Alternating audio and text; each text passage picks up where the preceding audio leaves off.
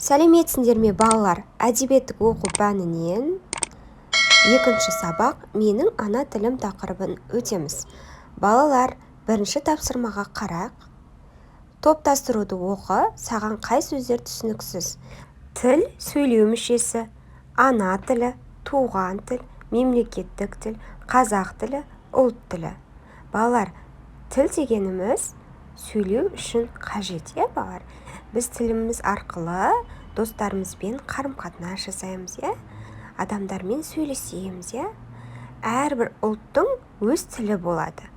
Мысалы, біздің мемлекеттік тіліміз, ана тіліміз, туған тіліміз, ол қазақ тілі, балалар. Олай болса, балалар, келесі тапсырмаға қарайық. Екінші тапсырма, түсініп оқы. Өлеңде не туралы айтылған? Өлеңнің тақырыбы туған тілім. Авторы Дихан Әбілев. Туған тілім, бабам тілі, өз тілім. Туған тілім, анам тілім, өз тілім. Туған тілім, далам тілі, өз тілім. Туған тілім, адам тілі, өз тілім.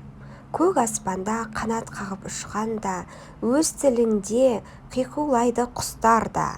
Өз тілінде кісінейді құлыншақ. Деген кім бар? Өз тіліңді ұстанба. Балалар, бұл жерде өз тілін ұстанбау дегеніміз ана тілінде сөйлемеу деген мағынаны білдіреді. Балалар, есімізден шығармайық. 5 қыркүйек ол Қазақстан халқы тілдер күні болып есептелінеді. Балалар, өлеңде не туралы айтылған? Дұрыс айтасыңдар, өлеңде туған тіл туралы айтылған, яғни өз тіліңді құрметтеуің керек, сыйлауың керек, және өз тіліңде сөйлеуің керек, яғни ұстану керек екен, балалар. Өзге тілдің бәрін біл, өз тіліңді құрметте делінген. Жақсы, балалар, 3-ші тапсырмаға қарақ. Туған тілім өлеңдегі бірінші шумақты қалай тез жаттап алуға болады? Өлеңнің бірінші шумағын қайталап оқы. Сызбада ұқсас сөздердің қайда көрсетілгеніне назар аудар.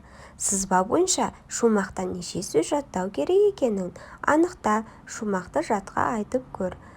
Ал балалар, өлеңнің бірінші шумағы: туған тілім, бабам тілім, өз тілім.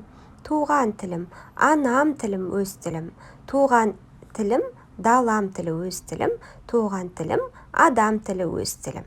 Жақсы, балалар, енді осыны сызба бойынша жаттап аламыз. Жақсы, жарайсыңдар. Олай болса, 4-ші тапсырмаға қарақ. 4-ші тапсырма суреттерді пайдаланып, өлеңді толықтырып жаз дейді. Балалар, бұл жерде өлең берілген, көп нүктенің орнына суреттерді пайдаланып, өлеңді толықтыратын боламыз.